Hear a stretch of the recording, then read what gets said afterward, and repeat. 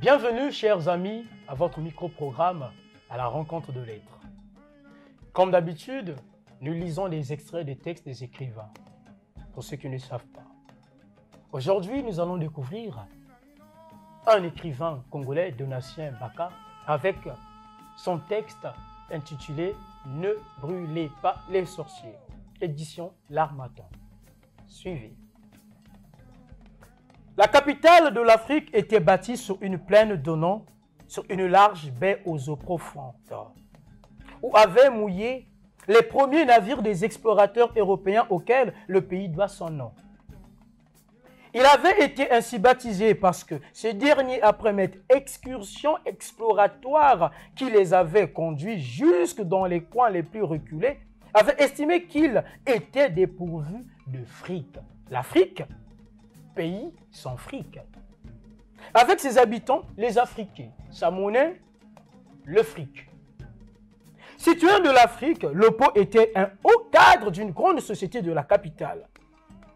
Succursale d'une multinationale, après une longue journée de travail, il rejoignait son domicile au volant de sa rutilante Toyota tout-terrain qu'il venait de s'offrir.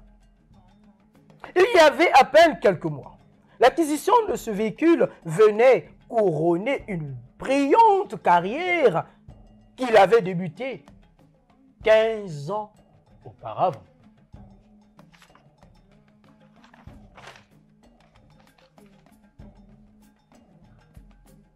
Bonsoir chérie. Tu es rentré bientôt aujourd'hui? Oui, aujourd'hui, j'ai dit merde au travail. Les enfants sont déjà couchés?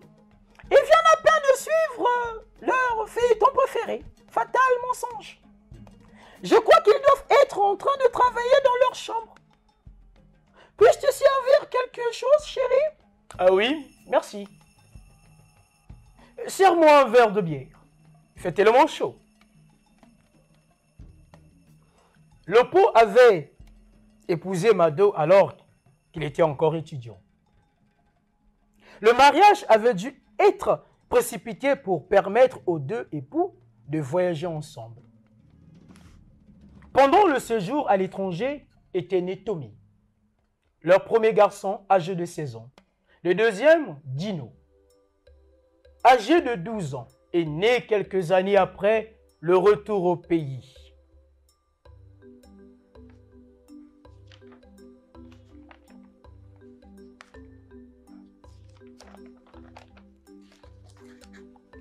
Afia était une nièce éloignée de Mado. Elle était arrivée du village à la demande de celle-ci, âgée d'environ 16 ans, car elle était une vraie sans-papier. Afia était une petite fille maigrichonne et ratatinée qui ne paraissait pas son âge. Les traits remarquables de son visage inexpressif étaient les deux joues qui sont détachées à cause de deux grosses balafres plaquées sur l'une et l'autre et qui la faisaient ressembler à une statuette. Ce physique hors du commun était l'objet de railleries que personne dans la maison n'hésitait à lui flanquer en plein visage.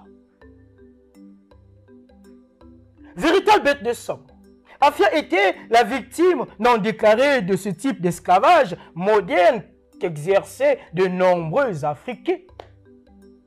Premier réveil, elle ne retournait sur la natte qui lui servait de lit que quand tout le monde avait déjà dormi la moitié du sommeil.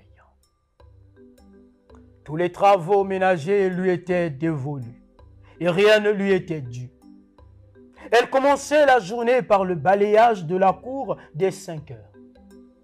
Puis, elle passait au petit déjeuner des enfants après avoir fait la toilette du Benjamin. Puis, commençait pour elle la vraie journée de travail. Repartie entre le ménage, la lessive, la cuisine des aliments, la cuisson des aliments, le repassage des vêtements, tout ce qu'il y avait à faire dans la maison et il fallait toujours qu'il y ait à faire. Car Dès que la petite fille était surprise à ne rien faire, on lui demandait de trouver une occupation. Par ailleurs, elle ne devait manquer de respect à personne dans la maison. Au réveil de sa tante, qui semblait être sa bête noire, elle allait à sa rencontre et disait timidement: « Ma tante peut-elle me permettre de la saluer? » Ou « Ma tante peut-elle me permettre de lui demander si elle a passé une bonne nuit? » Tu n'as pas encore fait ceci. Ou tu n'as pas encore fait cela. En contrepartie de tous ces services, Afia n'avait aucun salaire. Pour manger, elle devait se contenter des fonds de casserole ou de restes de la veille, et pour s'habiller, des vêtements usagés de sa tante. Bref, la vie d'Afia pouvait se résumer par ces mots: tout par Afia, rien pour Afia. Ce jour-là, Mado dut s'occuper du dîner parce que la bonne était malade. Et en pareille circonstance, on s'en débarrassait en l'envoyant chez une cousine.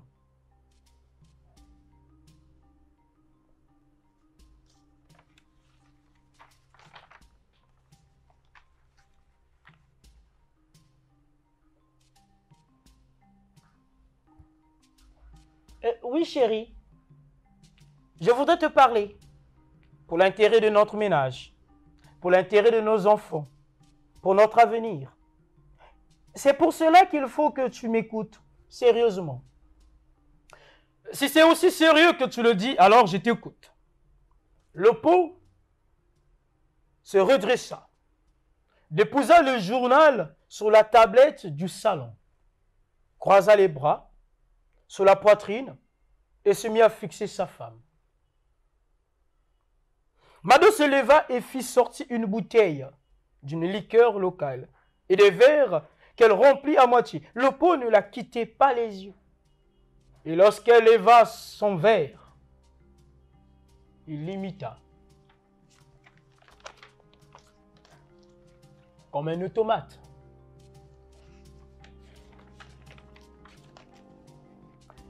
Oui, chérie. J'ai fini. Que dis-tu de ça?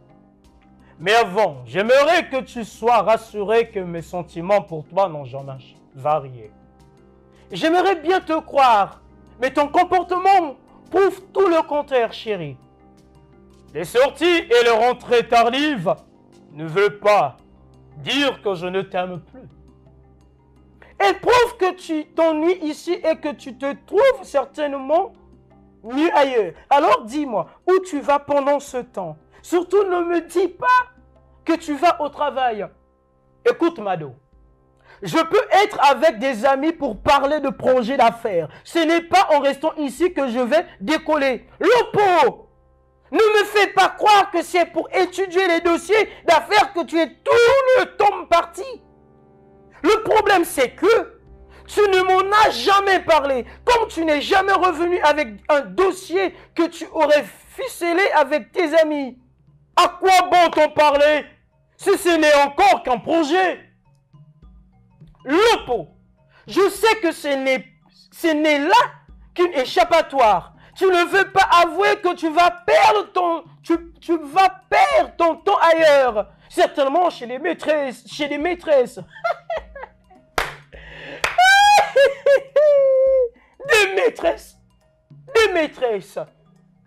Cela tardait à venir.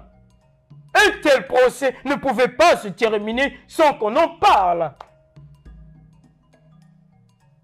Puisque c'est la vérité. Quelle vérité? Quelle vérité? Dis-moi quelle vérité? Écoute, Mado.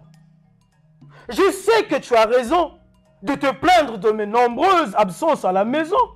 Et je te promets de faire un effort pour que cela ne se produise plus. Mais je t'en prie, il ne faut pas écouter les racontards, les ragots, chérie. Car ceux qui te les rapportent ont des motivations que tu ignores. Les gens ne peuvent pas venir me parler de toi s'ils ne t'ont pas vu ailleurs, hein, monsieur? Mais là n'est pas le problème. Ce que je veux, c'est que tu joues réellement ton rôle de mari et de père. Que tu aies des maîtresses ou pas, cela ne regarde que toi. Mais si tu en as, j'espère que tu prends des précautions, car moi, je tiens à voir grandir mes enfants. Elle avait prononcé ces dernières paroles avec un air solennel qui leur conférait un caractère prémonitoire. Merci, merci, chers amis, d'avoir prêté attention à notre micro. Merci, chers amis, d'avoir prêté attention à notre micro-programme. À nous revoir, à la prochaine.